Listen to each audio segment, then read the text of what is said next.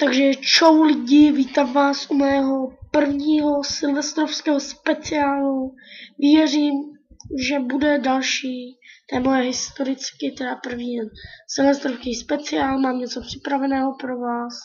Je to takový menší Silvestr a Rachejtle, jak můžeme čekat. Tady to mám předpřipravený. A teda přeju všem Minecraftákovi, všem známým osobnostím, hlavně z Minecraftu, vše dobré svátky, hodně dárků, šťastný nový rok. A teda já už to asi zapnu, protože tohle video nechci, aby bylo nějak dlouhé. Chtěl bych aspoň už pár odběrů nebo něco podobného. Budu dál natáčet videa, budu se snažit vejít do veřejnosti, s váma ví, kdybyste chtěli udělat tutoriál, jak se tohle vyrábí, napište, udělám. Teda já už k tomu přejdu, abyste se nenudili, přeji vám příjemnou zábavu a zatím čau.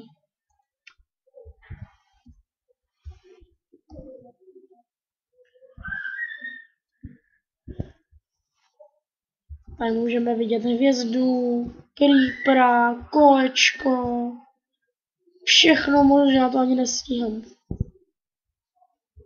Šťastný nový rok, šampáň si určitě dáte, je mi to úplně jasný, ožerem se. Přesně tak, jak by to udělali naši předkové na nový rok. Ožerem. Toto je ukončení mé série z roku 2012, moc to nebylo. A přivítání na první video, můžete se na ně těšit.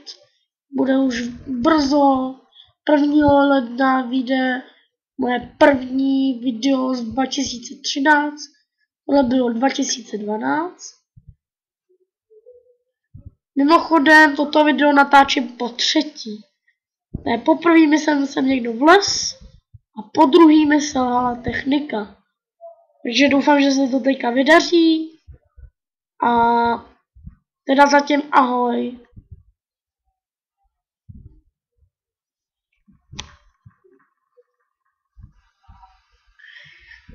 A tak z tohoto dílu nashledanou, doufám, že se vám to líbilo, dávejte lajky a odběry, vím, že to mohlo být delší, ale podle mě to stačí a u dalšího videa, který vyjde 1. ledna, se těším, dávejte lajky a odběry a čau.